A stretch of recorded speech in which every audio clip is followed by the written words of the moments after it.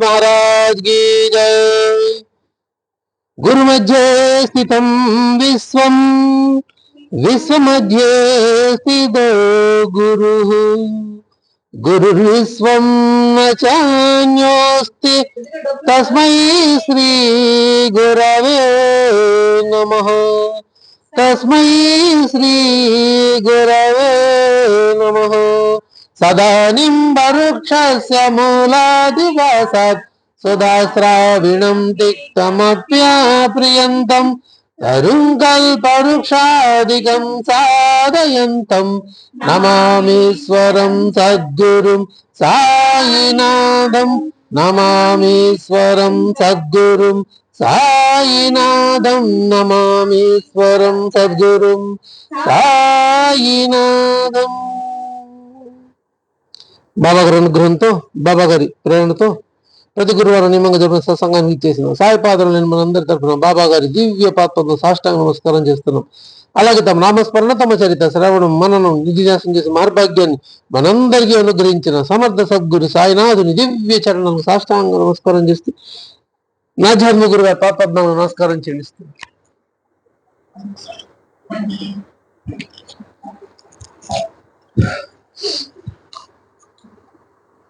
48వ అధ్యాయంలో పోయిన వారం 17వ ఓవి వరకు అయింది. 18వ ఓవి 18 సంవత్సరాల వయసు నుండి వారు మనసును సంపూర్ణంగా జయించి ఎప్పుడు నిర్భయంగా ఏకాంతంగా ఆత్మస్వరూపంలో లీనమై ఉండేవారు. ఇది కూడా అయినట్టుంది. భక్తులకు నిర్మలమైన ప్రేమను కానీ తాను భక్త పరాధుడు అనే విషయం భక్తులు బాగా తెలియచడం వారు భక్తి ప్రేమలు ఉన్న చోట ఉంటారు. ఇది కూడా అయిపోయిందా? జయ పరబ్రహ్మ సనాతన జయ దీనోద్ధార ప్రసన్న వదన జయ చైతన్య ఘన భక్తాధీన భక్తులకు తమ దర్శనాన్ని ప్రసాదించండి.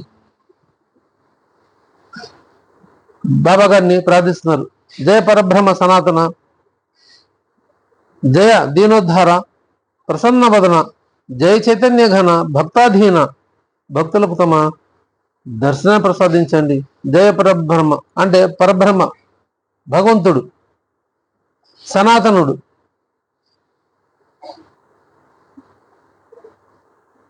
సనాతనం అంటే ధర్మాన్ని సనాతన ధర్మం అంటారు. అట్లా సనాతనుడు అంటే దైవ చింతన కలిగిన వాడు. లేకపోతే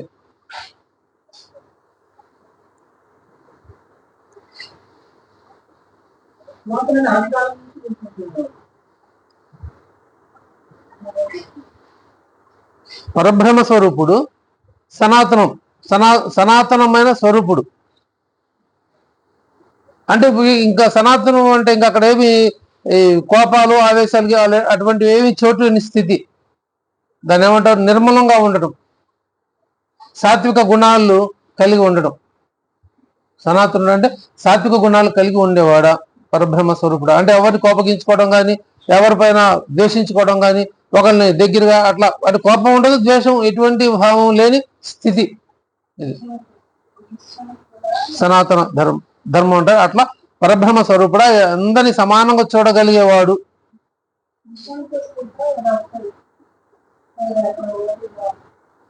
జయ దీనోద్ధార దీనుని ఉద్ధరించేవాడా. దీని అంటే ఎవరు? మనమే.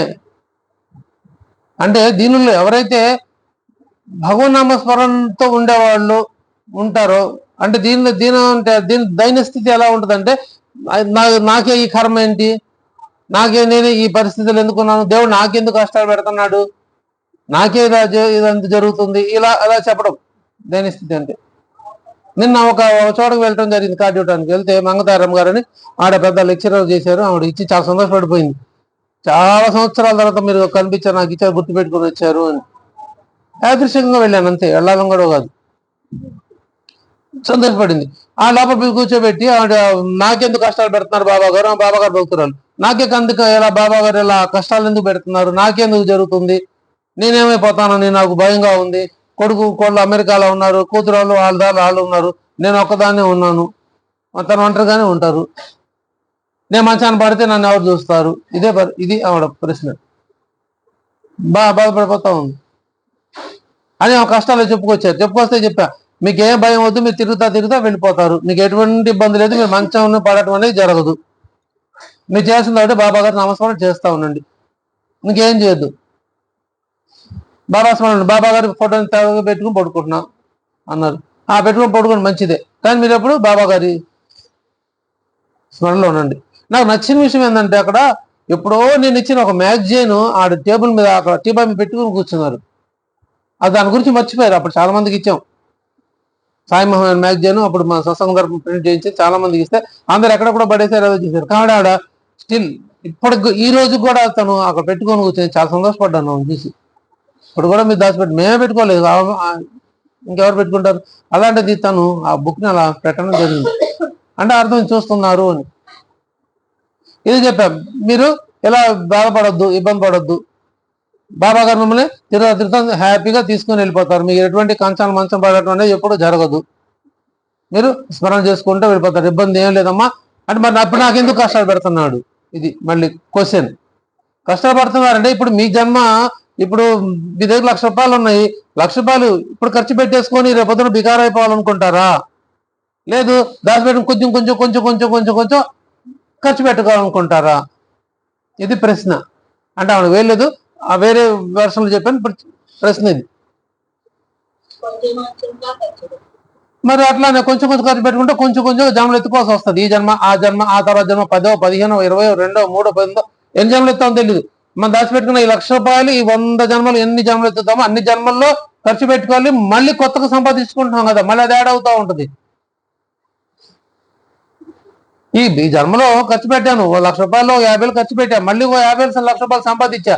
నెక్స్ట్ జన్మకి ఏమవుతుంది, ఈ 50,000 మిగిలింది మళ్ళీ ఈ జన్మలో ఖర్చు సంపాదించిన 50,000 1,00,000 కలిసి మళ్ళీ నెక్స్ట్ జన్మ ట్రాన్స్ఫర్ అవుతుంది. మళ్ళీ ఆ జన్మ మళ్ళీ వచ్చి కదా మళ్ళీ జన్మ, ఇట్లా ఎన్ని జన్మలు ఎత్తుతో పోతాం, ఇంకెన్ని జన్మలు ఎత్తాల్సి వస్తుంది. అది ఖర్చు అయ్యే వరకు మనం చేయకుండా ఉన్నాం, మరి జమ అవ్వకుండా ఉండదు బ్యాలెన్స్. కాబట్టి జన్మలు ఎత్తుకుంటూ ఉంటాం.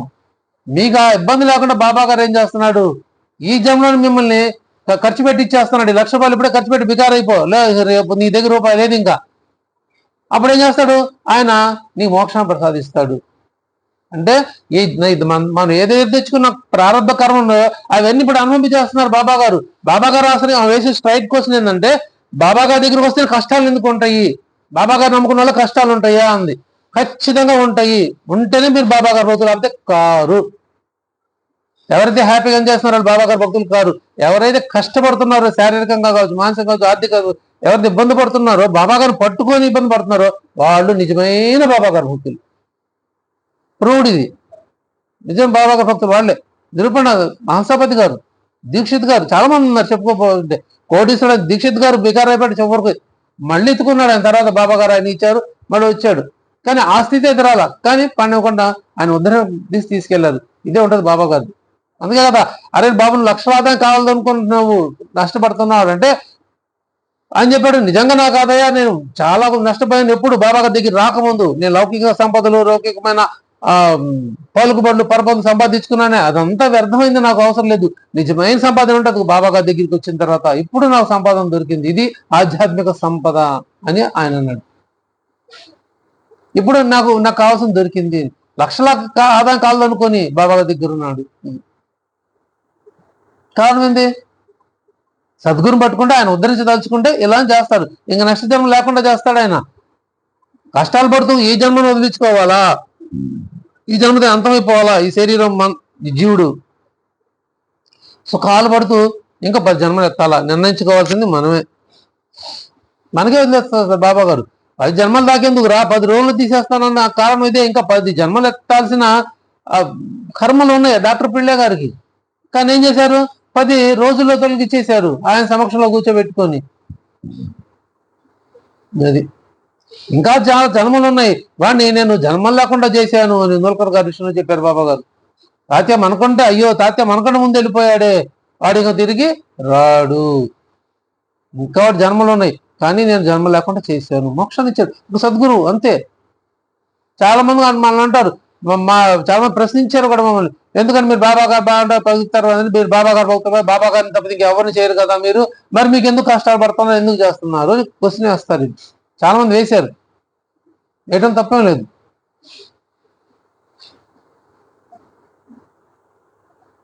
అంతేనండి, మేము చేసిన కర్మలే మేము అనుభవిస్తున్నాం. ఇప్పుడు ఆరోగ్యం చేయమంటే చేసేస్తాడు బాబా గారు, అనుమానం ఏం లేదు. బాబా నా పంచిపెట్టి 10 జన్మలు దాకంటే హ్యాపీగా సార్ ఎంజాయ్ చేయపోరా అని చెప్పి తగ్గిస్తాడు. తగ్గించి ఆ కర్మలు ఏం చేస్తాడు, 10 జన్మలు పంచిపెట్టమంటే పంచిపెడతాడు, ఇబ్బంది ఏం లేదు. కానీ 10 జన్మలు ఎత్తుకొని మళ్ళీ నేను బాబా గర్వతుడుగా ఉంటాను అనేది గ్యారంటీ లేదు. మళ్ళీ అక్కడ నా సంస్కారాలు పనిచేస్తాయి, జన్మ సంస్కారాలు అడ్డం అవుతాయి. అప్పుడు నేను చేసిన ప్రారంభ కర్మ సంచిత క్రియామానకం ఎలా ఉంటాయో నాకు తెలియదు. మళ్ళీ ఆ కర్మ ఇస్తే మళ్ళీ ఇంకో 10 జన్మలు ఎక్స్టెండ్ అవుతా పోతా ఉంటుంది. ఇంకది అంతం కాదు, ఇది ఆరంభం అంతే. ఎప్పటికీ ఈ జీవుడు అంతమైపోవాలి, ఎప్పుడు నేను మోక్షాన్ని పొందాలి. ఈ మోక్షం కోసమే కదా అనాది నుంచి ఋషులు మునులు యోగులు అందరు తాపత్రపడింది, ఆ భగవంతుడి కోసం తపస్సు చేసింది. ఆ మోక్షాన్ని మనం కోరుకోవాలి, జన్మ వద్దు ఆయనలో వెళ్ళిపోవాలి, ఇంక ఇదే మనం కోరుకోవాల్సింది. నాకు ఈ జన్మలో ఈ పిల్ల బాగా సుఖపెట్టింది, ఈ పిల్ల నన్ను బాగా చూసుకుంది, ఈ భర్త నన్ను బాగా చేశాడు, నాకు అడిగాను కొనిపెట్టాను, మళ్ళీ జన్మ ఈ భర్తనే కోరుకుంటాను. చాలా మంది ఉంటారు, తల్లిదండ్రులు కోరుకోరు, పెళ్ళాన్ని మొగుళ్ళే కోరుకుంటారు మళ్ళీ జన్మలకు మళ్ళీ కావాలని. అంటే వాళ్ళు ఏమనుకున్నారు, నెక్స్ట్ టైం కూడా ఇదే భార్య దొరుకుతుందని గ్యారంటీ లేదు, ఈ భర్తే దొరుకుతానని లేదు నీ గ్యారంటీ, ఈ తల్లిదండ్రులు కడుపున మళ్ళీ పుడతాం లేదు, ఈ పిల్లలే మళ్ళీ నీ పుడతానని గ్యారంటీ లేదు. మరి ఏం కోరుకుంటున్నాం, జన్మను మళ్ళీ కోరుకుంటున్నాం. కాబట్టి ఆయన అదే ఇస్తాడు. ఏ జన్మని ఇస్తాడు, ఎలా ఇస్తాడు తెలియదు, ఎప్పుడుకో మళ్ళీ తెలియదు. అసలు ఈ ప్రయాసం ఎందుకు ఒక్కసారి ఆడు బయటికి వెళ్ళిపోయిన తర్వాత ఎవడో తెలియదు కదా. ప్రాణం ప్రేమించుకున్న భార్యాభర్తలైనా తల్లిదండ్రులైనా ఇంకా మన ఇష్టలు ప్రియులు సఖులు ఎవరైనా కావచ్చు, ఎంతమంది ఉంటారు. వాళ్ళు ఒక్కసారి ఆ జీవుడు బయటకు వెళ్ళిపోతే ఇంకా ఏం గుర్తుపారు, ఏం పెట్టుకుంటారు వాళ్ళు, జీవితకాలం ఉంచుకుంటారా, ఉంచుకున్నా ఉండనిస్తారా, ఉండదు, అవకాశం లేదు, పారే అంటారు అంతే. అంటే విసర్జించేసాడు శరీరం జీవుడు, ఇంకా శరీరం ఉంచాం పారేస్తాం తీసుకెళ్ళి, ఎవరెవరి మతానుసారం వాళ్ళు చేస్తారు. మరి అలాంటప్పుడు ఆ శరీరం మీద వ్యామోహం ఎందుకు, ఆ వ్యామోహాన్ని భగవంతుడు వైపు చూపించాలి. ఇదే చెప్పింది తులసిదాస్తో భార్య. తులసిదాస్ గారు భార్య మోహుడై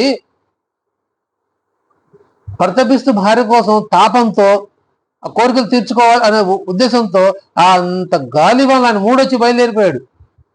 అప్పుడు బళ్ళు లేవు కదా, ఇప్పుడంటే బళ్ళు కార్లు ఉన్నాయి.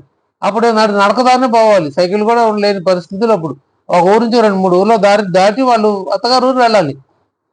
అంత గాలి వాళ్ళు అంత చీకట్లో పడిపోయాడు ఆయన. చూడండి, ఇది మోహం, కామంతో కూడుకున్న మోహం, ఇది కోరికలతో కూడుకున్న మోహం. వెళ్ళి చీకటిగా ఉంది, దారి తెలియట్లేదు, తలుపు కొట్టినా తీని పరిస్థితి, వినిపించదు కదా, గాలివాన అంటే వినిపించదు. సరే ఇంటి చుట్టూ తిరిగాడు, తిడితే ఏదో పెద్ద ఏలాడ తీసుకోవాడు, ఏలాడితే కనిపించింది. సంతోషపడిపోయాడు, ఆనందం ఉప్పొంగిపోయింది ఆయనకి, శరీరం పొంగిపోయింది.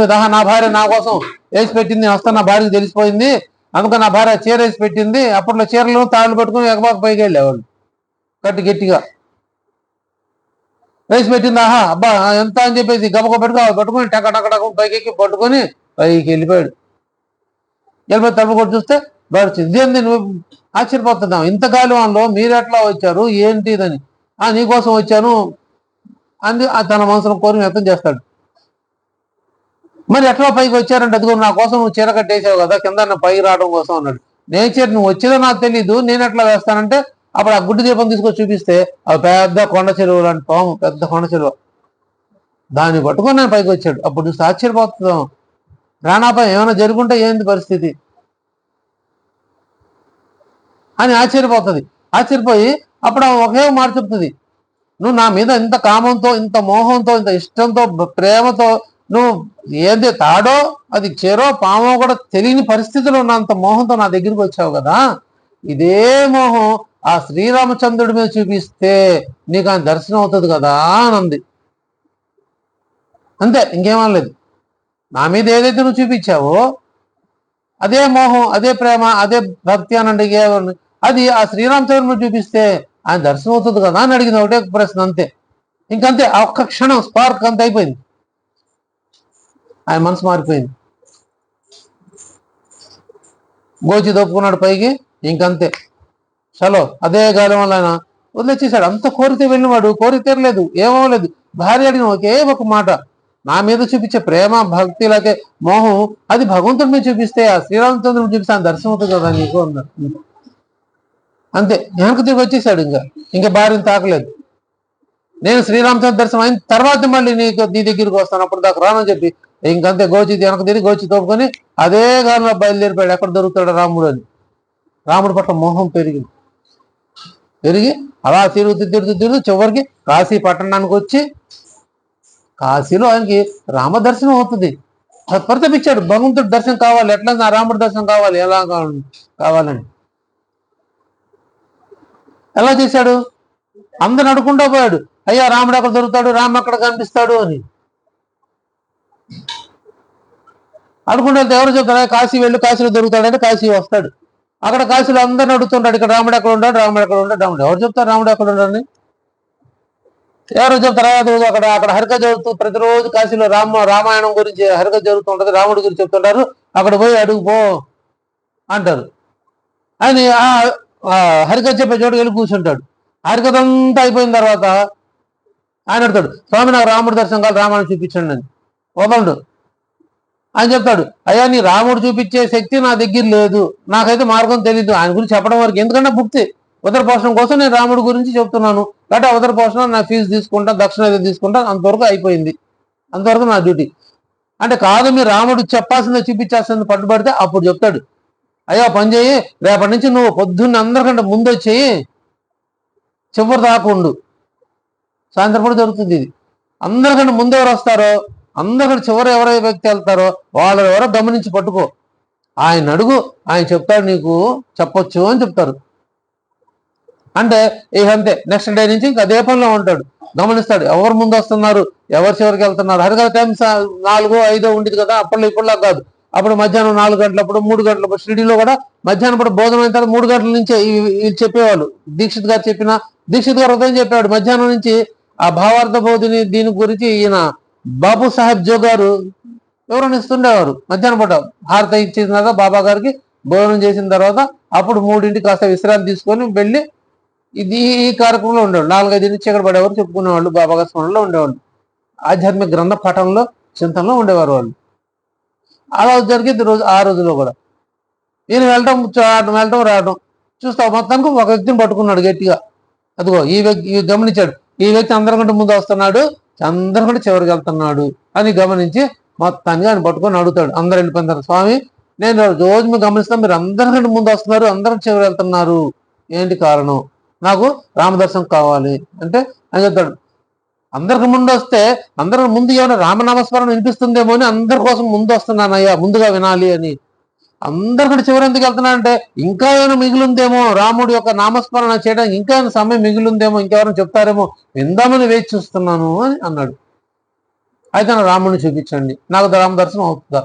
మీరు చూసారా? చూశాను, మరి నాకు కూడా కావాలి, చూపించమని పట్టుబడతాడు. ఇంకా సరే రా, రేపు పొద్దున పలానా టైంలో పలానా చోటకు రా, నీకు రాముడి దర్శనం అవుతుంది అని చెప్తారు. ఆయన చెప్పిన టైంకి ఆయన వెళ్ళి కూర్చుంటాడు. ఎవరో ఒక వ్యక్తి వస్తారు, చూస్తున్నాడు, ఎవరు రాముడే చూస్తుంటే ఎవరో వస్తాడు, ఆ వ్యక్తిని చూస్తాడు, పలకరిస్తాడు, వెళ్ళిపోతాడు. పలకంటే దర్శించుకుంటాడైనా మళ్ళీ ఆ వ్యక్తి వెళ్ళిపోతాడు. వెళ్ళిపోగానే సాయంత్రం మళ్ళీ అడుగుతాడు, స్వామి మీరు చెప్పారు కదా ఎవరు రాలేదు అని. ఎవరు రాపోవటం ఏందయ్యా, నువ్వు చూస్తుండగానే వ్యక్తి వచ్చాడు కదా, ఆయనే రాములు వారు అని చెప్తాడు. అయ్యో నేనంత పొరపాటు చేశాను స్వామి, నాకు ఎంత బుద్ధి ఇదైపోయింది అని చెప్పి బాధపడిపోయి చింతపడతాడు. సరే ఎవరైతే మళ్ళీ చూడాలి స్వామి అంటే, సరే రేపు చూడు. మళ్ళీ రేపు వెయిట్ చేస్తూ ఉంటాడు. ఈసారి రాముడు సీత ఇద్దరు మారువేషాల్లో వస్తారు. ముందు రాముడు మారువేషం వచ్చాడు, రెండో రోజు. మరుసటి రోజు ఇద్దరు వస్తారు, భార్యాభర్తలు ఇద్దరు వస్తారు. చూస్తాడు, రాముడుగా రావాలి కదా, ఈ ఉద్దేశం రాముడుగా వస్తాడు అని ఉద్దేశం. అందుకే మన బాబా గారు రూపంలో రావాలని రూల్ ఏం లేదు, ఆయన ఏ రూపంలో రావచ్చు. అందుకే చెప్పింది హేమడ్ పంత్ గారు, బాబా గారు స్వయంగా హోలీ పండుగ రోజు ఆయన పంచపక్ష పరిమాణాలు అన్ని వస్తాయి కదా, మంచి మంచి ప్రసాదాలు వండితే వస్తే అవన్నీ బాబా గారు హోలీ పండుగ మన ఇంటికి ఎందుకు వస్తారు అనేసి హేమడ్ పంత్ గారు వైఫ్, ఆ పేరేంటి రఘుమాబాయి, హేమడ్ పంత్ గారు భార్య పేరు రఘుమాబాయి. ఇలాంటి పాయింట్ నోట్బుక్ పెన్ను ఖచ్చితంగా ఉండి తెరవాల్సిందే, సత్సంగం అంటే బ్యాగ్తో రావాల్సిందే. ఈసారి బ్యాగ్తో రాకపోతే మాత్రం ఇంకంతే, నేను చెప్పలేను. ఖచ్చితంగా బ్యాగ్ రావాల్సిందే, బ్యాగ్లో సచరిత్రలు రావాల్సిందే. ఎంతమంది ఉంటే అన్ని సచరిత్రలు అన్ని బ్యాగులు రావాల్సిందే. ఇది నియమం, సత్సంగ నియమం ఇది, అంతే. ఆ నియమం ఉల్లంఘిస్తాడు, నాకు అవసరం లేదంటే ఆయన కూడా అలానే ఉంటాడు. చేసి చూడండి, నియమం ప్రకారం ఆచరించి చూడండి, ఆయన చేసే అద్భుతాలు చూడండి. మనం ఏం చేయం, నువ్వు అద్భుతాలు చూపించు అని చూపించాడు. ఎవరికేం పని, ఎవరు ఆయనకు మాత్రమే పని. మళ్ళీ కోట్ల మంది ఉన్నారు, ఆయనకి లక్షల మంది ఉన్నారు, ఆయనకేం అవసరం లేదు. సత్సంగం తరపున పెట్టిన నియమం ఏంటంటే, అది సత్సంగం వచ్చే ప్రతి వాళ్ళు బ్యాగ్ ఉన్నవాళ్ళు, లేని వాళ్ళ సంగతి మనకొద్దు, ఉన్నవాళ్ళు సత్యత ఉంది, బ్యాగ్ ఉందంటే ఖచ్చితంగా రావాల్సిందే. మన నామూషం వద్దు. ఎందుకు నామూషం? స్కూల్కి వెళ్తే బ్యాగ్ తీసుకెళ్ళట్లేదా? ఎక్కడికి వెళ్తే మనం ఊరికి వెళ్తే బ్యాగులు పట్టుకుని వెళ్ళట్లేదా? నామూషి పడుతున్నావా? ఎంతమంది అన్ని బ్యాగులు తీసుకెళ్తున్నాగా?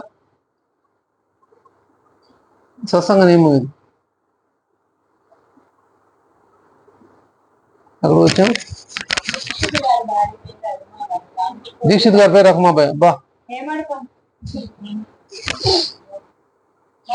హేమడ్ పంత్ గారి పేరు రహమాబాయ్. వస్తే ఆమె ఏమంటది, అన్ని షిరిడీలో అంత రుచికరమైన పక్వానాలు వంటలు అన్ని వస్తాయి కదా, అవన్నీ కానీ బాబా మనలాంటి వాళ్ళ ఇంటికి ఎందుకు వస్తారు అంటుంది. అంటే అన్నాడు ఏమన్నారు హేమడ్ పంత్ గారు, బాబా గారు స్వయంగా దేవుడు వస్తారని నేను అనుకోను, ఆయనకి ఏ రూపంలోనే రావచ్చు, కానీ ఆ సమయానికి ఎవరు వచ్చినా కూడా వాళ్ళ నేను బాబా గారి స్వరూపులుగానే భావిస్తాను అన్నారు. ఇది భగవంతుడు ఏ రూపంలో రావచ్చు, ఇప్పుడు మన దగ్గరికి రావచ్చు, ఎట్లయినా రావచ్చు, చెప్పలేం. మనం గుర్తుపట్టగలమా లేదా అది మన మన యొక్క దీన్ని బట్టి ఆధారపడి ఉంటుంది, గ్రాహక శక్తిని మీద ఆధారపడి ఉంటుంది. నేను బాబా గారు గుర్తుపట్టినా లేదా, ఆ జాతరలో ఖచ్చితంగా గుర్తుపడతాం, కానీ ఆ క్షణం అనిపిస్తారు బాబా గారు, ఆ తర్వాత తెలుస్తారు నేనే రా వచ్చింది, నేనే చేశాను, నేనే ఇచ్చాను, నేనే సహాయపడ్డాను, ఆ క్షణం గడవనిస్తారు. అదే కదా ఆ బీవిదేవి వస్తే బాబా గారు రూపంగా వస్తే గుర్తుపెట్టేవాడిని, లేదు ముందుగా రాకుండా ఉన్నా నేను గుర్తుపెట్టి ఉండేవాడిని ఏమో. నా బుద్ధికి అందగిచ్చింది, నా బుద్ధి మోహం చుట్టుకుంది, అందువల్ల నేను గుర్తుపెట్టలేకపోయాను బాబా గారిని. ఏం గుర్తుకుంది, అప్పుడు దక్షిణ కోసం వచ్చిన ఆ సాధువే ఆ సన్యాసి రూపంలోనే మళ్ళీ ఇప్పుడు వచ్చారు కాబట్టి దక్షిణ కోసం వచ్చాడు అనుకున్నా, కానీ ఈయనే బాబా గారు అయి ఉంటారు అన్న ధ్యాస ఆయనకి రాలేదు. అది క్లూ ఇచ్చారు అక్కడ, నేను ప్లస్ మరో ఇద్దరు వస్తాము, భోజనానికి వస్తాము అని క్లూ ఇచ్చేయలేరు.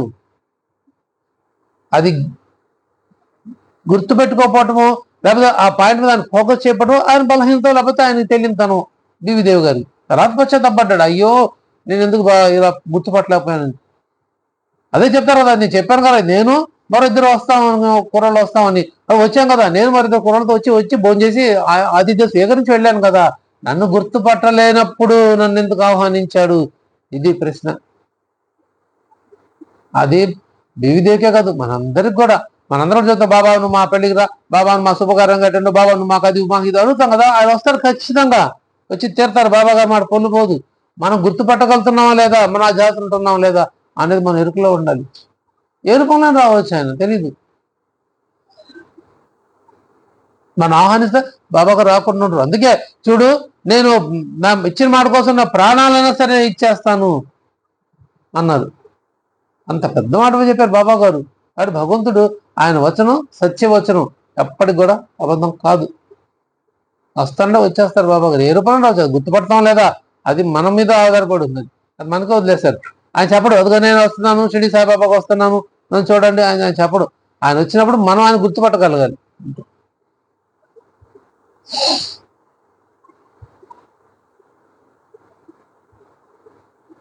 ఆ తర్వాత పశ్చాత్తపడ్డారు బీవిదేవి గారు, అయ్యో నేను నా బుద్ధి మోహం చుట్టుకోవడం వల్ల నేను గుర్తుపట్టలేకపోయాను అని చెప్పి మళ్ళీ ముందు అప్పుడు కాబట్టి ఆయన అనుకున్నా కానీ నేను వినే బాబా గారు అయి ఉంటారు అని నేను గుర్తించలేకపోయాను, అయ్యో నాకు క్షమించండి. తర్వాత బాధపడతాడు. చాలా బాధపడినా ఏం రాదు, ఏడ్చినా రాదు, ఏం రాదు. ఆ సమయాన్ని సద్గురు సమక్షంలో సమయాన్ని మనం క్యాప్చర్ చేసి పెట్టుకోవాలి, మనం సొంతం చేసుకోవాలి ఆ సమయాన్ని. అప్పుడే మనం బాబా గారి దగ్గర ఏ విధంగా పొందగలుగుతాం.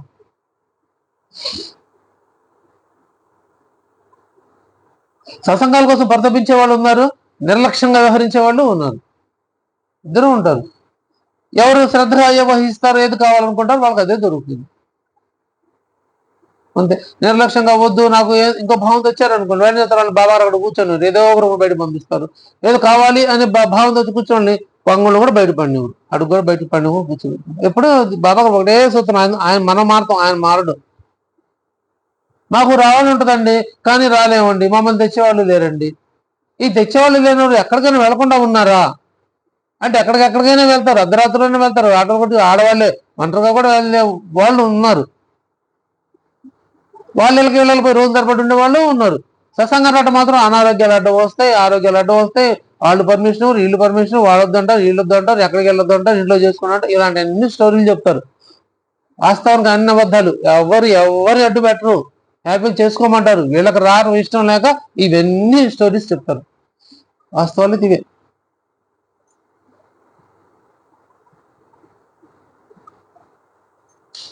అలాగే ఎరుకులో ఉన్న తులసిదాసు గుర్తుపట్టలేకపోయాడు. ఇద్దరు భార్యాభర్తలు వస్తే ఎవరో భార్యాభర్తలు అనుకున్నాడు, కానీ మళ్ళీ రూపం మారిపోయింది. ఆ రూపం రాముడు ముందు వచ్చిన రోజు రూపం వేరు, తర్వాత మళ్ళీ ఇంకో రూపంలో భార్యాభర్తలకు వచ్చేప్పుడు గుర్తుపట్టలేకపోయాడు. మళ్ళీ వెళ్ళిపోయారు. మళ్ళీ అడిగాడు స్వామి, స్వామి ఏంది రాలేదు, మీరు వస్తారని చెప్పారు కదా రాలేదు. వారు పిచ్చోడా, వచ్చారో వెళ్ళారు రా, నీ ముందు నుంచి వెళ్ళారా, భార్యాభర్త ఎవరు అనుకున్నావురా, వాళ్ళేరా రాముడు సీత అంటారు. అయ్యో స్వామి ఎంత పొరపాటు జరిగిపోయింది, నేను గుర్తుపట్టలేకపోయినా స్వామి అంటాడు. ఇప్పుడు మళ్ళీ 3వ రోజు కాపలాగా కూర్చుంటాడు. ఈసారి ఎట్టా సరే రాముడిని సీతను పట్టుకోవాలి, ఎట్లా వస్తారు చూద్దామని కాపలాగా కూర్చుంటే ఈసారి ముగ్గురు వస్తారు. రాముడు, సీత, లక్ష్మణుడు ముగ్గురు వస్తారు. దూరం చూస్తాడు, వీళ్ళు వస్తున్నారు, వీళ్ళే ఉంటారా కాదా, వీళ్ళే ఉంటారా కాదా అని చూస్తాడు.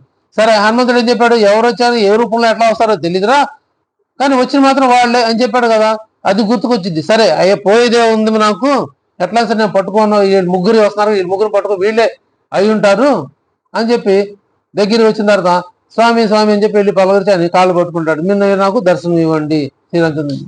నేనేంద్ర శ్రీరామచంద్రుడే, నువ్వేందుకు కాదు, మేము కాదంటే కాదు నాకు తెలుసు మీరే శ్రీరామచంద్రుడు, మీరు సీతామాత, మీరు లక్ష్మణుడు అని గట్టిగా పట్టుకొని ఆయన కెద్దిస్తే అప్పుడు వాడు నిజస్వరూపాన్ని దర్శనం ఇస్తారు. నిజరూప దర్శనం శ్రీరామచంద్రుడు లక్ష్మణుని దర్శించుకున్న భాగ్యశాలి తులసిదాస్. అంత గొప్ప సాధకుడు ఆయన. అప్పుడు దర్శనం అవుతుంది. దర్శించినప్పుడు ఆయన్ని ఆశీర్వదిస్తారు. అంటే పట్టుదల ఉంది, ఎట్లా సరే గుర్తుపట్టాలనే ఆతృత ఉంది, మోహం ఉంది. ఆ స్మరణలోనే ఉన్నాడు. మోహం అంటే ఇంకా అదే స్మరణ, భగవన్ నామస్మరణలో ఉండటం మోహం. అర్థాలు మారుతాయి. మనం ఎవరి పట్ల మనం ఏ భావంతో చూపిస్తుంటే దాన్ని బట్టి అర్థం మారిద్ది అంతే. భగవంతుడి మీద మన అదే బాబాకారు నాకు అది భావం ఉంటే అది కూడా బాబాకారు పట్ల ఉన్న మోహమే, భగవంతు స్వరూపం పట్ల మోహమే. అది వ్యక్తి పట్ల చూపిస్తే వాడు చూపించే భావాన్ని బట్టి అది మోహం అవుతుంది. అంటే మమకారంతో కూడిన మోహం ఉంటుంది, కోరికలతో కూడుకున్న మోహం ఉంటుంది, సోదర భావంతో ఉండే కూడిన మోహం ఉంటుంది. తల్లిదండ్రులు బిడ్డలకు చూపించేది కూడా మమకారంతో కూడా మోహం. ఏది అయ్యో మా అబ్బాయికి రాలేదే, అయ్యో మా అమ్మాయికి రాలేదే, కాలేజీకి వెళ్ళింది రాలేదే, చూడలేదు, ఇదంతా మోహం. ఎవరి కోసం బద్దపించడం. భార్య భర్తలు పట్టడంతో మోహమే. అయ్యో మా వారు ఇంకా రాలేదు, నా భార్య వెళ్ళింది రాలేదు, ఉద్యోగం వెళ్ళింది రాలేదు, మా ఆయన ఆఫీస్కి వెళ్ళాడు ఇంకా రాలేదు, ఎదురు చూస్తున్నాం. అన్ని మోహాలే. రేసి ప్రియుల మీద చూపించే అది మోహమే. అదొక ఒక్కొక్క భావం బట్టి ఆ యొక్క మోహానికి పేరు వస్తుంది అంతే. కాబట్టి అన్ని మోహాలే. ఇక్కడ భగవంతుడి పట్ల నాకు మోహం, శ్రీరామచంద్ర దర్శనం చేసుకోవాలనుకునే ఒక గట్టి బలమైన కోరిక, సాధన ఆయన్ని శ్రీరామచంద్ర దర్శనం చేయించింది. దీని మూల కారణం ఎవరయ్యారు? భార్య అయింది. భగవత్ సంకల్పం అది. భార్య అంటాను కూడా భార్య ద్వారా భగవంతుడు చెప్పించాడు ఆ సంకల్పం, ఆ క్షణం. అంటే ఇప్పుడు నువ్వు ఆ కామపూరిత కోరికల్లో ఆ మోహాల్లో పడి నువ్వు అలా కొట్టుకుపోతే నువ్వు భగవద్ దర్శనం కాదురా, నీకు భగవంతుడి వైపు వెళ్ళలేవు అని ఆ భగవంతుడు ఆ భార్యకి స్ఫురణిచ్చి ఆయన చెప్పించి ఆయన వైపు తిప్పుకున్నాడు అంతే. భగవంతుడు యొక్క ఆజ్ఞ ఉంటేనే ఆ స్ఫురణ కూడా మనకు వస్తే అందరికీ రాదు. దీక్షిత్ గారికి ఎప్పుడో ఉంది, అనేక క్షేత్రాలు తీర్థయాత్రలు చేసిన అనుభవం చాలా ఉంది, చాలా గొడవపోయాడు ఆయన కూడా, చాలా చాలా చూశాడు ఆయన కూడా, ఆధ్యాత్మిక చింతనలో ఉన్నవాడే. మరి ఆ క్షణం దీక్షిత్ గారు చంద్రగారు చెప్పిన సమయం, నీకు ఆ కాలుకుంటుతో అనుభవం మా గురువుని దర్శనం చేసుకో అని చెప్పిన ఒకే ఒక్క మాట మనసులో పడిపోయింది. నేను మీ గురు తక్కువ దర్శనం చేసుకుంటాను, కానీ ప్రారంభానుసారం వచ్చి కాలుకుంటితనం కోసం కాదు, నా మనసు యొక్క కుంటితనం పోగొట్టమని మీ గురువుని ఆశ్రయిస్తారు అని అడిగింది. అంత ప్రయత్నం చేస్తే మనసు నిలకడగా ఉండట్లా. అది నిలకడగా ఒక చోట స్థిరంగా ఆ భగవంతుడి పట్ల ధ్యానం కుదిరేట్లుగా నాకు ఇవ్వటాన్ని మీకు ఆశ్రయిస్తాను బాబా గారిని చెప్పాను ఆయన. అదే కోరుకున్నాడు ఆయన, బాబా గారు అదే ఇచ్చారు. వచ్చిన తర్వాత మళ్ళీ వెనక్కి తిరిగి వెళ్ళలేదు. పొద్దున మా బంధువు ఒక ఆయన ఇంటికి వెళ్తే ఆయన చెప్తున్నాడు, నేను ముందుగా బాగా భక్తుడిని, ఇట్లా పల్లా గుడికి వెళ్ళేవాడిని, పల్లా చోటుకి వెళ్ళేవాడిని. నాతో పాటు ఒక ఫ్రెండ్ వచ్చేవాడు, ఆ బయట కూర్చునేవాడు, ఆ సిగరెట్ కాస్తా కూర్చునేవాడు, నెల్లి ధర్నం పెట్టి ప్రశ్న తీసుకుని వచ్చేవాడిని. అటువంటిది ఎవరో జయం కూడా రావచ్చా అన్నాడు. ఎందుకు రాకూడదు రా అన్నాను. వచ్చాడు. వచ్చిన తర్వాత అది కొంచెం కొంచెం కొంచెం వెళ్ళి అతను పూర్తిగా మంచి బాబాగా భక్తుడు అయిపోయాడు. ఏదో రెడ్డి చెప్పాడు. ఏం చెప్పాడు? రామిరెడ్డి అంటే ఆయన పేరు. బాబాగా భక్తుడు అయిపోయాడు. నాకంటే బాధపడి నేను అక్కడే ఉండిపోయాను, కానీ అతను బాగా డీప్ లోకి వెళ్ళిపోయాడు, బాబా భక్తుడు అయిపోయాడు. చాలా గుళ్ళు కూడా బాబా గారు మందిరాలు కట్టించాడు అని చెప్పుకుంటూ వచ్చాడు. ఆయన ఏం చేస్తాడంటే రియల్ ఎస్టేట్ చేస్తాడంట. ఆయన ఊరికో గుడి కట్టిస్తున్నాడంట. ఆయన అదేదో ఊర్లో కట్టించాడు, ఇంకా కట్టిస్తున్నాడు అని అన్ని చెప్పుకొచ్చాడు. షిరిడి వెళ్తాడు, వస్తాడు, అంతా చేస్తాడు అని. మరి ఎట్లా వచ్చింది? కారణం ఏమైపోయింది? ఆ రోజు వచ్చి రానివాడు మరి బాబా గారి దగ్గర వెళ్ళినప్పుడు ఏమైపోయాడు? పట్టుకున్నాడు. ఎవరైతే పరిచయం చేశారో అతను అక్కడే ఉన్నాడు, అతను ముందు పోలా. కానీ ఎవరు పరిచయం చేశాడో ఆయన మాత్రం ముందుకు వెళ్ళాడు. ఇదే మళ్ళీ దీక్షిత్ గారికి చంద్రకర్ గారికి మధ్య తేడా ఇదే గమనించుకోవచ్చు కూడా మనం. దీక్షిత్ గారికి మాత్రం విమానాలు తీసుకెళ్తానన్నారు బాబా గారు, చంద్రకర్ గారు తీసుకెళ్తానల్లా. గమనించాలి. ఇప్పుడు మాకంతే, మాకు సత్సంగాన్ని పరిచయం చేసిన వాళ్ళు, మా శ్రేయభిలాషి ఆత్మీయులు, ఒక మంచి మా గురించి ఎప్పుడు మంచి కోరుకునేవాళ్ళు. మీకు ఇది బాగుంటుందని మా సత్సంగాలు పరిచయం చేయడం బాగా జరిగింది. మరి మేము ముందుకు వెళ్ళిపోయాం, అతుక్కుపోయాం, వాళ్ళు మాత్రం వెనకే ఉండిపోయారు. ఎప్పుడు చెప్తారు అది మీరు చేసుకున్నది, మీరు వెళ్ళారు, మేము రావాలంటే మేము రాలేకపోతున్నాం, ఎప్పుడు బాధపడుతూ ఉంటారు. ఎందుకు? వాళ్ళ లౌకికంలో చుట్టుకుపోయారు, కావాలనో లేకపోతే సాదృశికంగానో లేకపోతే బాధ్యతల మీద చుట్టుకుపోయారు. మరి మా పరిస్థితి ఏంది? అవన్నీ వదులుకొని వద్దు, బాబా గారే కావాలనుకున్నాం కాబట్టి బాబా గారు మమ్మల్ని ఇక్కడ ఉంచేశాడు, లౌకికాన్ని వదిలించాడు. అంతే. వాళ్ళు కోరుకోలేదు కాబట్టి వాళ్ళు అక్కడే ఉన్నారు. ఎవరైతే కోరుకుంటే అది ఇస్తాను, ఇచ్చేంత అర్హత చూస్తాను బాబా గారు. అంతే. ఆ అర్హత మనం సంపాదించుకుంటే నన్ను ఏది కావాలంటే ఆయన ఇస్తాడు. బాబా గారు ఎవరిని ఎప్పుడు పంపరు, ఉడిచేందుకు పంపరు. నువ్వు ఏది కావాలంటే అది తీసుకో, అది కావాలా తీసుకో, దుల్లో కట్లు కావాలా తీసుకుపోండి అనేవాళ్ళు, రొట్టెలు కావాలా రొట్టెలు తీసుకుపోండి అనేవాళ్ళు, ఊది కావాలా ఊది తీసుకోండి, మీకు ఏమంటే తీసుకోండి, అన్ని ఇవ్వడానికి సమర్థుడు నేను ఉన్నాను. కల్పవృక్షం, కామధేనువులాగా. అది. ఆ తర్వాత తులసిదాస్ గారు రామభక్తుడు అయిపోయి హనుమాన్ చాలీసా రాసింది ఆయన కదా. అలాంటి గొప్ప భక్తుడు. అలాంటి ఎప్పుడైతే అయ్యో నాకు భగవద్ దర్శనం కాలేదో, లేకపోతే ఎప్పుడు ఎందుకు నాకు జరుగుతుందో అనే దైన్య స్థితిలో ఉండే వాళ్ళని ఉద్ధరించేవాడా. ఇది దైన్య స్థితిలో ఉన్న దీనుడు. దీనస్థితిలో ఉన్న తులసిదాస్ని భగవంతుడు ఉద్ధరించాడు. దీనోద్ధార. ఇది జయ దీనోద్ధార. దీనుల్ని ఉద్ధరించేవాడు. మన సత్యతోడ 12 అధ్యాయం అక్కడ వస్తుంది. ఆ పక్కన ఉండేవాడు తాగుబోతుడు ఉండేవాడు, పవిత్ర బ్రాహ్మణ వంశంలో పుట్టి ఆడు ఏం చేసేవాడు కాదు, ఎప్పుడు తాగి తన్నాలు ఆడుతుండేవాడు. అలాంటి వాడిని ఈ శ్రీధర స్వామి వెళ్ళి ఆయన పట్టుకొచ్చి వాడిని విష్ణు సహస్రనామాలు అవి ఆధ్యాత్మిక తీసుకొచ్చి ఉద్ధరించేట్టుగా చేశారు. ఇది దీనుని ఉద్ధరించడం అంటే ఇది. జై దీనోద్ధార. చిన్నదే వాక్యం, చిన్నదే అది. ఆ ఓబి జై దీనోద్ధార అయిపోయింది. ఎలాంటి దీని ఉద్ధరిస్తారు? అదిగో మనలాంటి వాళ్ళని. మళ్ళీ మనం ఏ దైన స్థితిలో ఉన్నాం? ఆధ్యాత్మిక దైన స్థితిలో ఉంటే, లేదు లౌకికంలో ఉన్నా కూడా ఉద్ధరిస్తాడు ఆయన. అనుమానమే లేదు. ఆధ్యాత్మికత ఉన్నాడు, లౌకికంలో ఉండి కూడా మనం ఉదాసీనుకుంటే, మనం ఆయన స్మరణ చేస్తున్నప్పుడు కండిషన్స్ అప్లై. మళ్ళీ ఆయన స్మరణ చేస్తుంటే, మనం ఆయన మార్గం ఉన్నా కాకపోయినా, ఆయన స్మరణ చేస్తున్నా లేకపోయినా, మనం భగవన్నామస్మరణ చేస్తూ ఉండి దీనస్థితిలో ఉంటేనే పట్టుకుంటారు, ఉద్ధరిస్తారన్నారు. నేను సినిమా చూస్తాను, శిఖాలు చూస్తాను, లేకపోతే ఎవరి పేర్లో అనుకుంటాను దేనిలో ఉన్నా అంటే కుదరదు. అలాంటి వాడిని ఉద్ధరించడం. జై దీనోద్ధార. ప్రసన్నవదన. ఎప్పుడు వదనం ప్రసన్నంగా ఉంటుంది. వారి బాబా గారి ముఖం కావచ్చు, ఆయన ఒక ఆహాభావాలు కావచ్చు, ఎప్పుడు స్వరూపం ప్రసన్న స్వరూపం, ఎప్పుడు ప్రశాంతంగా ఉంటారు. అన్నీ ఆడిస్తుంటారు. బాబా నువ్వు అన్ని చేసి అన్ని ఆడిస్తావు, కానీ ఏమి తెలియనట్టుంటావు. ఎవరన్నారు?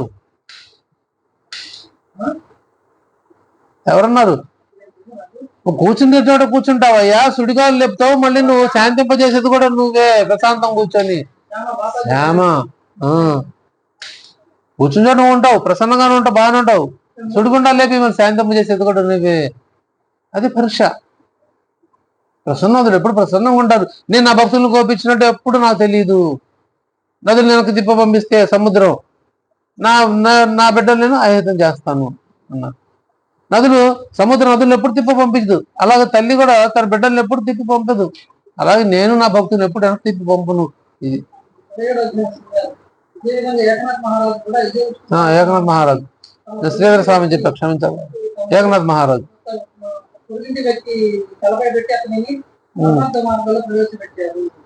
అది దీనుడు. ఆ దీనత్వాన్ని ఉద్ధరించారు జయదునోద్ధార. అలాంటి వాళ్ళందరినీ ఉద్ధరించేవాడా.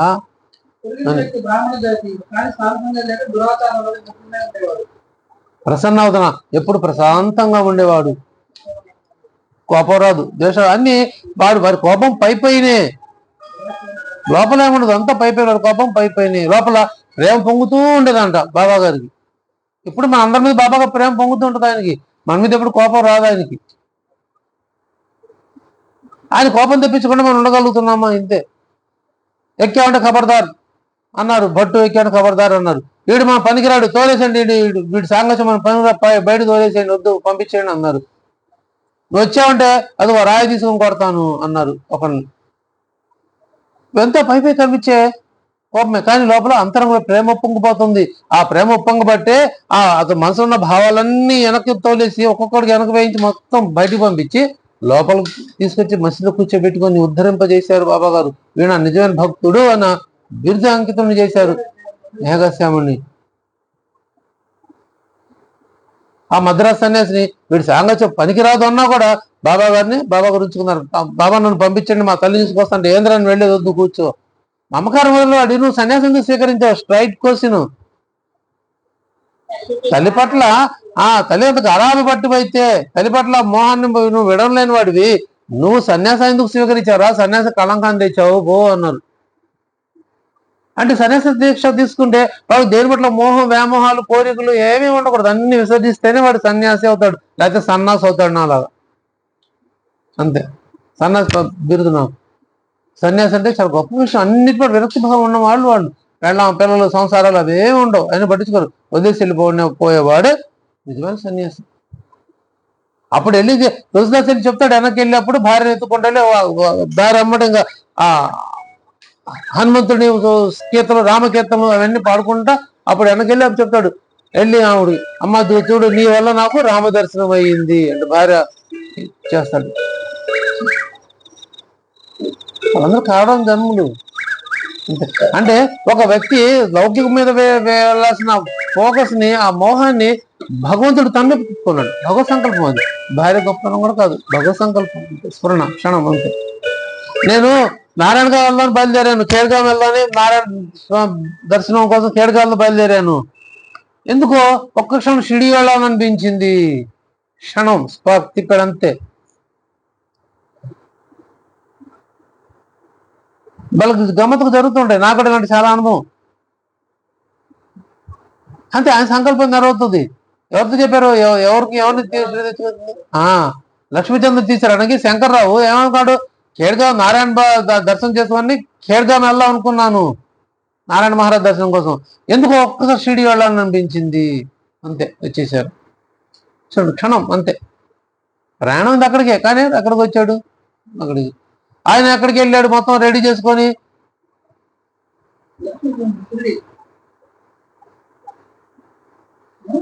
ఆయన ఎక్కడికి వెళ్దాం అనుకున్నాడు? కాంపౌండరు, ఆయన పేరేంటి,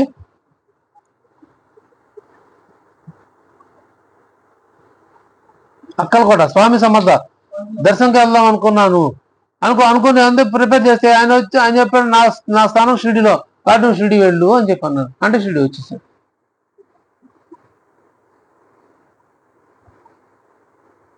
వెనక్కి తిరిగి వెళ్ళిపోవాలనుకున్నాడు సౌదేవ స్వామి. కానీ భక్తులు వచ్చారు, అయ్యా ఎంత దూరం వచ్చావు కదా, ఒక్కసారి బాబా దర్శనం చేసుకో, ఇంకా క్షణం ఉండదు వెళ్ళిపోవన్నారు. ఒకసారి రా వచ్చి చూసుకో, బాబా దర్శనం చేసుకో, ఇంకా క్షణం ఉండదు వెళ్ళిపోకన్నారు. కానీ వెళ్ళాడా? వెళ్ళలేదు. కొన్ని నెలల పాటు ఉన్నాడు సోమదేశ స్వామి బాబా గారి దగ్గర. ఆ సోమదేశం ఉన్న టైంలోనే ఈయన కూడా వచ్చాడు. ఎవరు? నిజానంద్ కూడా వచ్చాడు. అది అన్ని లింక్స్. అంత బాబా గారి ఒక ఇదే. ఆ సోమదేశం వచ్చి చెప్పబట్టే విద్యానంద ప్రయత్నం అనుకున్నాడు, లేదా బాబా గారికి దూరం వెళ్ళాలనుకున్నాడు కదా. అదేదో గంగోత్రి ఆవిడ వెళ్ళాలనుకున్నాడు కదా. అలా ఉంటది. సద్గురు దినోద్ధర ప్రసన్నవదన, ఎప్పుడు ప్రసన్నంగా చూస్తారు బాబా గారు, ఎప్పుడు ప్రసన్నవదంతో ఉంటారు. ఆయనకి కోపం అంటే తెలియదు. ఒకవేళ కోపం ఇచ్చినా అదంతా పైకే. జై చైతన్య ఘన, జై చైతన్య ఘన. ఎప్పుడు చైతన్యంలో ఉండేవాడు, ఎప్పుడు స్మరణలో ఎరుకులో ఉండేవాడు. నేను భవనామస్మరణ చేస్తూ ఉంటాను రా, నా హృదయం మీద చేపట్టుకొని కూర్చోమని నేను వాడికి చెప్తే, మహాసభ చెప్తే అది కూడా వాడు చేయలేకపోయాడు. అతనే నిద్ర వచ్చి నా చేయి ఎక్కిపోతే భగత్తనంగా ఉలికిపడి లేచేవాడు. అలాంటి నిద్రతామా కింకరుడు ఈ బల్లపై ఎలా పడుకోగలడు? ఆ చెక్క పలక నాకు మాత్రమే పడక, ఆయనకు మాత్రమే పడక, ఎవరైతే కళ్ళు తెరిచి నిద్రపోగలరో వాళ్ళకు మాత్రమే దాని మీద ఎక్కి పడుకునే యోగ్యత, అర్హత ఉంది. కళ్ళు తెరిచి పడుకున్నాడే అంటే ఎప్పుడు నిద్రలేని వాడు అని దాని అర్థం. ఇక్కడ ఎప్పుడు చైతన్యం ఉండడం, ఎప్పుడు ఎరుకులో ఉండటం, భగవన్నామస్మరణలు చేస్తూ ఉండేవాడు, ఎప్పుడు మెలుగుతూ ఉండేవాడే, ఎరుగుతూ ఉండేవాడే చైతన్య ఘన స్వరూపుడు, అయితే చైతన్య స్వరూపుడు. అటువంటి వాడా ఎప్పుడు భగవన్నామస్మరణ చేసేవాడా బాబా? భక్తాధీన, భక్తులకు ఆధీనం ఉండేవాడు. భక్తులకి ఎప్పుడు లోబడి ఉంటారు బాబా గారు. మనవారు ఒకళ్ళు అడిగారు, బాబా గారు కుస్తీ పోటీ పడితే బాబా గారు ఎందుకు ఓడిపోయారు? బాబా గారు భగవంతుడు కదా, బాబా గారు మరి ఎందుకు ఓడిపోయారు ఆ వ్యక్తి చేతుల్లో? ఎవరు ఆయన? మొహిద్దీన్ చేత ఎందుకు ఓడిపోయారు? మొహిద్దీన్ చేత ఎందుకు ఓడిపోయారు? ఇది ఒకరు నాకు వేసిన ప్రశ్న. అది నాకు అర్థం కావట్లేదు, జవాబు కావాలి. ఎందుకు ఓడిపోతారని భక్తాధీనుడు, భక్తునికి ఎప్పుడు ఆధీనంలో ఉంటాడు. అక్కడ ఒక అవతార కార్యాన్ని కొత్తగా నిర్మించవలసింది బాబా గారు. అప్పటిదాకా ఏం చేశారు? ఒక స్ట్రక్చర్ ఉండేది. అంటే అప్పటికి ఈ కుస్తీ పోటీ జరిగేటప్పటికి బాబా గారు ఎలా ఉండేవారంటే, ఆ ఉన్న వేషధారణ వేరు. వేషధారణ అప్పుడు కఫిని పైంచి కింద కఫిని లేదు, వండని అవతారం వేషధారణ ఉండేది. ఎప్పుడైతే కుస్తీ పోటీ జరిగిందో బాబా గారు కావాలని ఓడిపోయారు. అంటే ఒక నెపంతో ఒక విరక్తి భావం వస్తే సద్గురు ఎప్పుడు ఎలా ఉంటారంటే, మనం పిచ్చోళ్ళని చేస్తారు, వాళ్ళు ఎప్పుడు ఎరుకులో ఉంటారు, మనం పిచ్చోళ్ళని గుర్తుపట్టలేం. ఇప్పుడు ఆయన అవతారాన్ని మళ్ళీ ఇప్పుడు ఉన్న డ్రెస్ అనుకోండి పని, ఇప్పుడు ఉన్న ఎలా అయితే మనం దర్శనం ఇస్తున్నారో దానికి విరుద్ధంగా మళ్ళీ ఇంకో వాస్తవమైన ఒక రూపాన్ని మనకి ఆయన ఇవ్వదలిచారు. ఏదో నెపంతో మామూలుగా ఇప్పుడు ఎట్లా ఉంటుంది, ఇప్పుడు నేను కొత్త బట్టలు వేసుకెళ్ళాను అనుకోండి, ఏమంటారు? కొత్త సూటు బూట్ వేసుకున్నది ఏమంటారు? ఈడెందుకు వేసాడు అని అంటారు అనరా? ఎప్పుడు చినిపోయిన బట్టలో పాత బట్టలు తిరిగేవాడు ఇవాళ సింగారి డబ్బా మెరిసిపోతాం, కొత్త బట్టలు, ఏదో కారణం ఉంది పట్టుకొని అడుగుతారా? అడగరా? ఏందో కొత్త బట్టలు వేశారు. ఎప్పుడు మంచి చొక్క ప్యాంట్ వేసుకెళ్తే ఏంది వాళ్ళు కొత్త బట్టలు వేశారని అడుగుతారు నాగలక్ష్మి గారు. నన్ను ఫస్ట్ అడిగేది అన్నదే, అబ్బో ఏంది ఎక్కడికి వెళ్ళి ఇచ్చారు, ఏ ఫంక్షన్ పెళ్లిలా ఏమైనా ఇచ్చారు, ఎందుకు కొత్త బట్టలు వేశారు అని అడుగుతుంది. ఎందుకు? ఒక దైన్య రూపాన్ని ముద్రించేసుకున్నారు కాబట్టి. అంటే పాత బట్టలు చినిగిపోయినాయో, పొట్టియో, ఊడిపోయో, ఏదో ఒక దీనికి అలవాటు పడి ఉందో, చూడటానికి అలవాటు పడ్డారు, దాన్ని ఆ దృష్టిలోనే ఉంటారు, అలానే చూస్తారు.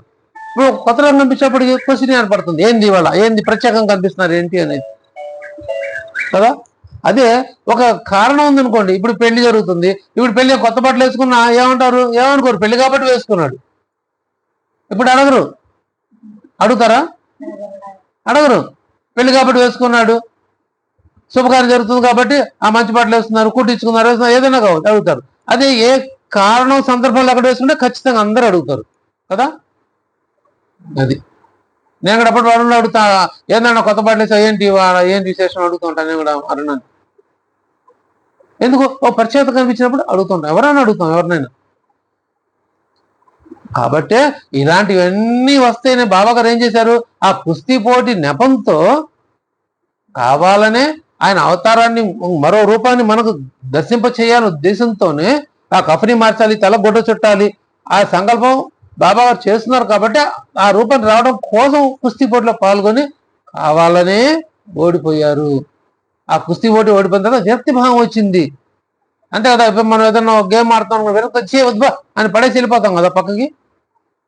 జనరల్ జరుగుతూ ఉంటుంది.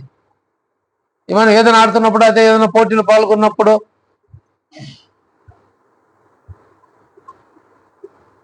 ఇప్పుడు అధ్యాయుల పేరు చెప్పను, ఎంతమంది శ్రద్ధతో ముందుకు వచ్చారు, ఎంతమంది వెనక్కి వెళ్ళిపోయారమ్మో మేము చెప్పలేమని. దాంట్లో ఆసక్తి లేకపోవడం, అబ్బా నేను చెప్పలేము, వద్దులే మాకు వద్దులే అనుకునేవాళ్ళు. లేకపోతే చెబుతూ ఓడిపోయి మనం చెప్పలేకపోయాం, ఇంకొద్దు అని అంటే ఒక రకమైన వ్యక్తి భావం వస్తుంది. అయ్యో నేను ఓడిపోయాను, వాళ్ళు గెలిచారు, ఓడిపోయాను, వాళ్ళు చెప్పారు నేను చెప్పలేకపోయాను, వాళ్ళు మంచి మార్పు వచ్చి నాకు రాలేదు అనే ఒక భావం వస్తుంది. అది విరక్తి భావం. అలాంటి విరక్తి భావం క్రియేట్ చేస్తున్నారు బాబా గారు. కుస్తీల పట్ల ఓడిపోయారు కాబట్టే బాబా గారు విరక్తి చెంది అదిగో ఈ కఫనీని తలగొడ్డ చుట్టుకున్నారు అని జనులు అనుకున్నారు. కానీ వాస్తవానికి ఆ రూపదర్శనం మనకి ఇవ్వదలిచి బాబా గారు చేసిన సంకల్పం అది. అయితే మొహిద్దీన్ ఓడించి అంతసేపు సంకల్ప మాత్రంతో ఏదైనా ఎక్కడికైనా ప్రయాణించగలవారు. నేను తలుపు మూసున్నా అదేందనమ్మా తెలియదు, తలుపు మూసున్నా కూడా నేను స్వేచ్ఛగా లోపలికి వెళ్ళగలిగాను అని తరకటి బాధ్యత చెప్పారు. నేను నిజంగానే నా రావటానికి తలుపులు గోడలు అవసరం లేదురా, నేను స్వేచ్ఛగా వచ్చానని ఎవరితో చెప్పారు? అక్షంత జల్లి వెళ్ళానని మేఘశ్యాముడితో చెప్పారు.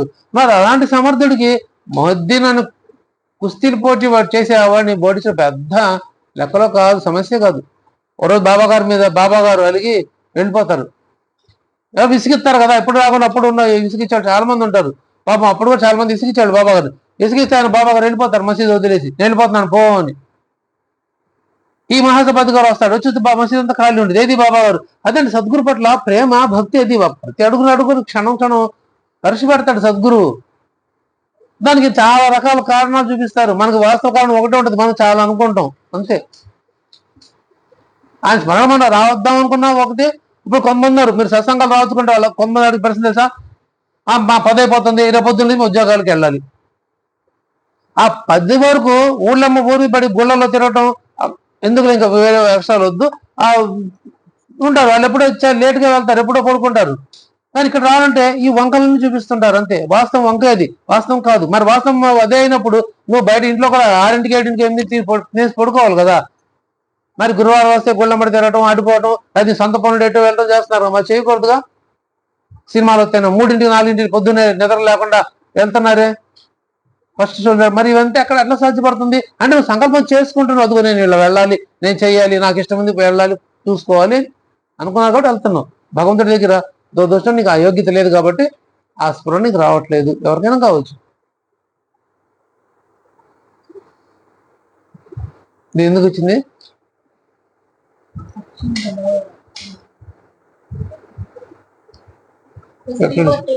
కుస్తీ పోటీలు. రైట్, కుస్తీ పోటీలు.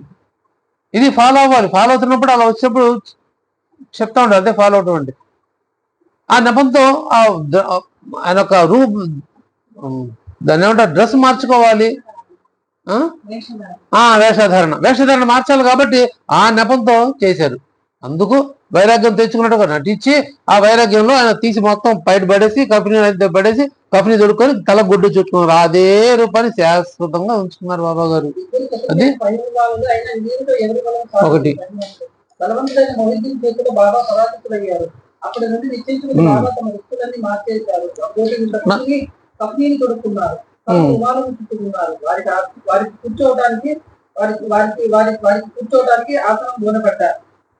అప్పుడు వైరాగ్యాన్ని ఆపాదించుకొని ఆయన వేషధారాన్ని మార్చారు మన కోసం, మనందరి కోసం. వాస్తవానికి ఆ మోదీ పెద్ద తేలిక కష్టం ఆయన కాదు. ఇక్కడ ఉన్నాం కదా, మహాసభాధి గారు వస్తాడు, చూస్తే ఏంది అంటే బాబా గారు కోపం చలిగెళ్ళిపోయారా, ఎటు వెళ్ళారా, అడిపోయారు అదిగో రూయి వైపు పోవని చెప్తారు అంతే. కంగారు పడిపోతాడు మహాసభాధి గారు. వెళ్ళిపోయి గబగబ ఇంటికి వెళ్ళిపోతాడు.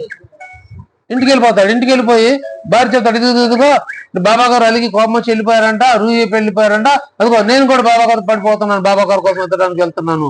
ఒకవేళ నేను తిరిగి రావడం అంటే చెప్తే బాబా గారితోనే వస్తాను, లేకపోతే నేను రాను అని బయట చెప్పేసి భార్యకి వెళ్ళిపోతాడు. ఇంకా ఏమండి, వద్దండి బాబా గారు వస్తారులేండి, నాకు వెళ్ళి ఫోన్ చేయి, ఫోన్ తీసుకెళ్ళావా, ఇవన్నీ లేవు అప్పుడు. అంతే చెప్పాడు, తిరిగి వెళ్ళిపోయాడు. వెళ్ళి కంగారు పడి రూయిలో అడవి అప్పుడు అదంతా మనం చూసేదంతా అడవి. అప్పుడు ఆ అడవిలో పడి ఎదుగుతా వెళ్తే ఎక్కడో వెతికి అందరిని అడుగుతున్నాడు దారిలో, బాబా గారు కనిపించారంటే ఎవరో ఒక వ్యక్తి కనిపిస్తాడు, బాబా గారు కనిపించారు, అక్కడ ఉన్నాడు పో అని చెప్తాడు. అట్లా వెతుక్కుంటూ వెళ్ళి మొత్తానికి బాబా గారి దగ్గర చేరతారు. బాబా గారు కూర్చొని గాలి సుడతా ఉంటారు. వచ్చి బాబా వెళ్దాం రండి అంటారు. నేను రాను, నువ్వు వెళ్ళిపో. కాదు రాను, రండి, నేను రాను. అట్లా ఇద్దరు భాగ్యయుతం జరుగుతుంది. జరిగితే అరే బాబా గారు ఏం పిలిచారంటే మహాసభతిని,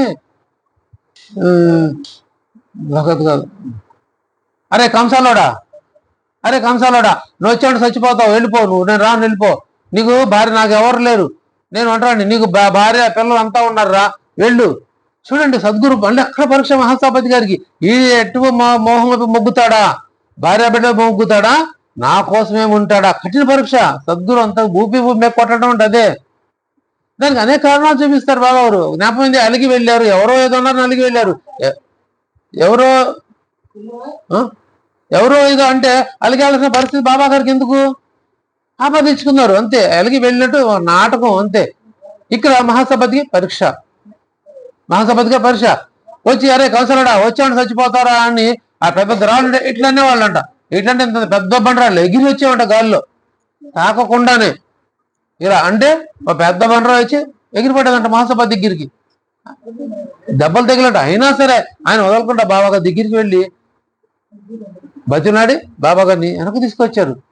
ఆయన అన్నమాటలువే, నువ్వు సంసారం ఉందరా, నీ పెళ్ళ ఉన్నారు, పిల్ల ఉన్నారు, నువ్వు పో, నన్ను వదిలేసేయి, నేను నాకెవరు లేరు ఫకీర్ని అంటే, ఓకే నేను సరే బాబా నువ్వు ఉండిపో, నీ దారి నాకెందుకు, నా భార్య బిడ్డను చూసుకోవాలి అని మోహంతో పరిగెత్తలేదు, కుటుంబం పట్ల ఉన్న ప్రేమతో వెళ్ళలేదు. నాకు మీరే కావాలి బాబా, నా భార్య బిడ్డలు వద్దు, ఎవరొద్దు, నాకు మీరే కావాలి బాబా అని బాబా గారు కోసం కూర్చున్నాడు. ఇది సద్గురు పెట్టిన పరీక్ష. ఆ పరీక్ష మహాసభతి గారు నెగ్గారు. అందుకు ఇచ్చా మరణం ఇచ్చారు. ఊరిని ఎవరు ఏమోడు బాబా గారు. అప్పుడైనా ఇప్పుడైనా ఎప్పుడైనా ఒకటే కండిషన్, సమస్య లేదు. అర్హతను బట్టే బాబా గారు ఏదైనా మనకిస్తారు. అర్హతను సంపాదించిన ప్రయత్నం అయితే మనం చేయాల్సిందే. ఏ రూపంలో చేస్తాం నీ ఇష్టం. సాధన సత్యపారాయణ చేస్తారా, నామస్మరణ చేస్తారా, సంగీతం చేస్తారా, సత్సంగాల్లో పాల్గొంటారా, మీరు ఏ రకం మనం ఏం చేస్తామో అది అర్హత సంపాదించుకోవాలి. అప్పుడు అంత పెద్ద రాళ్ళు ఇట్లా అంటే గాలి ఎగురు వచ్చి తగిలి అంటే మహాసభాపతి గారి, అయినా సరే లెక్క పెట్టలేదు. ఆయన వెళ్ళి బాబా గారి దగ్గర ఇచ్చారు. బతిని ఆడుకొని బామాడు వెనక్కి తిరుగు తెచ్చుకున్నారు, ఇంటికి మసీద్ తీసుకొచ్చారు. మరి అలా అంటే రాళ్ళు ఎగిన బాబా గారికి ఆ మొహిద్దీని ఓడించడం పెద్ద కష్టమా?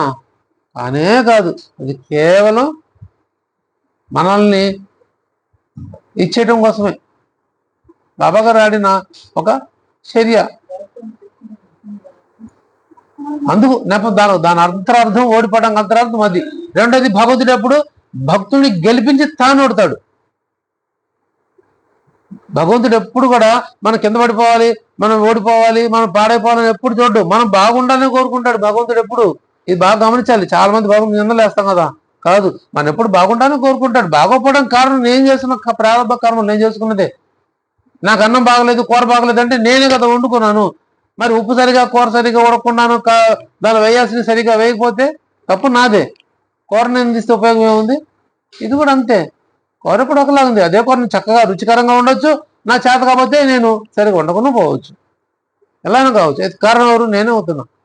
ఇలాగే భగవంతుడు ఎప్పుడు మనం మంచిగా చేస్తాడు. చెడు అసలు ఏ దేవి దేవతలు చేయరు. వాళ్ళు కోపాలే రావు. అవన్నీ మన ఉట్టి మూఢనమ్మకాలు, ఉట్టి మన అపోహలు అంతే. ఏ దేవి దేవతలు కూడా రూపాన్ని ఆచరించిన వాళ్ళ కోపం రాదు, సద్గురికి అసలు రాదు. అందుకే నేను కోపం వచ్చినట్లు నాకు తెలీదు అన్నారు. ఎందుకు వచ్చింది ఇది? చైతన్య ఘన అంటే భక్తాధీన. ఎప్పుడన్నా భక్తులు ఆధీనంలో ఉంటారు కాబట్టి, ఆ భక్తుడు ఆధీనంలో ఉన్నారు కాబట్టి బాబా గారు తిరిగి వచ్చారు మనకి మహాసభతో. ఆ భక్తుడు ఆ మొహిద్దీన్ భాయ్ కూడా బాబా గారు భక్తుడే. కానీ ఈ నెపంతో ఆయన ఒక వేషధార మార్చాలని నెపం కారణం కావాలి కాబట్టే బాబా గారు కుస్తీ పోటీలో ఓడిపోయారు. ఇదో ప్రశ్న. ఆ కొబ్బరికాయ చెప్పుడు కూడా ఇవ్వు వద్దు, ఇవ్వు వద్దు, చూసాడు. ఎవరు చేశారు? శ్యామమాడే గెలిచింది అక్కడ. ఇస్తావా అంటే చివరికి తల్లి ఒళ్ళో వేశారు కదా బాబా గారు కొబ్బరికాయ. వెయ్యి అంటే వేశారు. మరి బాబా గారు ఓడిపోయారు, శ్యామాన్ని గెలిపించారు. అప్పుడు కదా ఒళ్ళు పడితే ఆ కొబ్బరికాయ ధన్మని కొట్టి ఒక చెప్ప వాళ్ళిద్దరు తిని ఒక చెప్ప అమ్మాయికి ఇచ్చి అమ్మ పుడతారు పో అని మళ్ళీ కండిషన్ పెట్టి పంపించారు. 9 నెలలు పుడతారు పో అని. ఇది సద్గురు ఎప్పుడు కూడా. మళ్ళీ 12 నెలల్లో పుట్టకపోతే కొబ్బరికాయతో ఈ ఏమంటారు అక్కడ, ఈ దేవుడి తర మీద కొట్టి మసీదు తరమైపోతే నా పేరు మాధవుడు కాదని ఛాలెంజ్ చేశాడు. బాబా గారు శ్యామాంక చూసి లా నవ్వుకున్నారంట ప్రశాంతంతో. ఇంకా కోపం రావాలి కదా, నువ్వు ఎవరు నన్ను కొడతాను నా మసీదుకి వచ్చేది అనలేదు. చూసి నవ్వుకున్నారు బాబా గారు. ఇది భక్త పరాధీనుడు. నా భక్తుడే కదా అన్నాడు అని ఆయన నవ్వుకున్నాడు. ఆయన నా భక్తుడు నా మీద ఎంత విశ్వాసం లేకపోతే ఆ మాట చెప్పాడు, అందుకు నవ్వుకున్నారు బాబా గారు. ప్రేమగా చూశారు మహాసపతి గారు. ఇంకా ఆ 3వ శరీరం వదిలిన తర్వాత వచ్చిన తర్వాత ఇలా బాబా గారు మహాసపతి ఒక చూసుకుంటే ఇలా తలుపారంట బాబా గారు, ఆహా నేను వచ్చాను, వదుకో, నువ్వు నీ కర్తవ్యాన్ని దీక్షని నువ్వు చక్కగా నిర్వర్తించావు అని అభినందనతో చూశారు మహాసపతి గారిని బాబా గారు. ఎన్ని అర్హతలు వాళ్ళకి, అంత తేలికేది రాదు, అర్హత సంపాదించుకున్నారు. మనం ఏదో కాస్త కష్టపడిపోయి ఎంతో కష్టపడిపోతాం, ఫీల్ అయిపోతున్నాం, కానే కాదు మనకంటే అందుకే రక్తం 20 రూపాయలు ఎముకలు పూసలు అయిపోతే సాధన చేస్తేనే అన్నారు. అలా సాధన చేయగలం. మనం అంతా చేయలేకపోయినా ఎంతో సాధన చేస్తేనే మనం సద్గురు దగ్గర ఫలితం పొందుతాం. ఆయన భక్తాలకి భక్త దీన మళ్ళీ 1వ అధ్యాయంలో ఆయన ఆయన సంకీర్తన పాడుతూ బాబాగా పొగుడుతుంటే ఏం చేశారు, ఆ తిరగలు పెట్టి వదిలేశారు వాళ్ళు, మీరే విసురుకోపోండి అని. అంటే ఆ భక్తులకు ఆధీనంలో ఉన్నాడు. భక్తదీన అటువంటి భక్తుల ఆధీనంలో ఉన్నవారు బాబా గారు. భక్తులకు తమ దర్శనాన్ని ప్రసాదించండి. ఈ కండిషన్స్ అన్ని చెప్పి, ఈ అర్హతలన్నీ చెప్పి, ఈ కీర్తిని అంతా ఆయన స్థుతించిన తర్వాత చెప్పిన తర్వాత ఏం చెప్తున్నారు, భక్తులకు తమ దర్శనాన్ని ప్రసాదించండి బాబా అని చెప్తున్నారు. ఆయన దర్శనాన్ని మనకి అందరికీ ప్రసాదించండి, మన భక్తులందరికీ. ఆయన బాబా గారి భక్తులు ఎవరైతే ఉన్నారో వాళ్ళందరికీ. మనం నిజంగా మరి మన బాబా గారి భక్తులమైనా, బాబా గారితో మన బాబా గారి దర్శనం అయిందా, మనం బాబా గారి భక్తులుగా ఉండాలనుకుంటున్నామా, ఉంటున్నామా, ఉండబోతున్నామా, అది మనం ఎవరికి వాళ్ళు వేసుకోవాల్సిన ప్రశ్న. నిజమైన భక్తులు ఏం చేస్తారంటే ఎప్పుడు బాబా గారి స్మరణలోనే ఉంటారు, వాళ్ళే నిజమైన భక్తులు. అందుకే మేఘశ్యాముడిని నా నిజమైన భక్తుడు అన్నారు. అనవరతం ఘోషించేవాడు సాయి శంకర్ అని. అలా అనవరతం ఘోషించేవాళ్ళు నిజమైన భక్తులు. హనుమంతుడు రామ రామ రామని 24 రామ రూపం తప్పితే ఇంకో రూపం లేదు, రామనామం తప్పితే ఇంకో నామం కూడా లేదు హనుమంతుడికి. అందుకే రామ భక్తుడు హనుమాన్ అంటారు. చాలా మంది ఉండొచ్చేమో, కానీ ఒక్క రాముడు భక్తుడు హనుమంతుడే ముందుకు ఎందుకు చెప్పుకుంటున్నాం అంటే అది ఎందుకే. బాబా గారికి అనేక భక్తులు ఉండొచ్చు, కానీ కొంతమంది భక్తులు మనం చెప్పుకోగలుగుతున్నాం అంటే కారణం ఇదే. ఎప్పుడు ఆయన స్మరణలో ఉండేవాళ్ళు భక్తులు. మనం కూడా అలానే బాబా గారు భక్తులుగానే మనం మిగిలిపోయేలాగా బాబా గారు మనందరినీ అనుగ్రహించడానికి మనందరం బాబా గారిని ప్రార్థిద్దాం. అలా మనందరం కూడా నిజమైన భక్తులమై బాబా గారి దర్శనాన్ని ప్రాప్తించుకునే అదృష్టాన్ని, భాగ్యాన్ని బాబా గారు మనందరికీ అనుగ్రహించమని బాబా గారి దివ్య పాపను ప్రార్థిస్తూ వేడుకుంటూ శ్రీ సచిదానంద సమర్థ సద్గురు సాయినాథ్ మహారాజ్ की जय। सर्वे जना सुखिनो भवन्तु, लोका समस्ता सुखिनो भवन्तु, समस्त सन्मंगलानि भवन्तु। ओम शांति शांति शांति। करचरण कृतं वा कायजं कर्मजं वा श्रवणनयनजं वा मानसं वा परागं विदितमौदितं वा सर्वमेतत् क्षमस्व। जय जय करुणाब्दे श्री प्रभु साईनाथ। श्री सच्चिदानंद समर्थ सद्गुरु साईनाथ महाराज की जय। सर्वं श्री साईनाथ पदार्पणमस्तु। शुभं भवतु।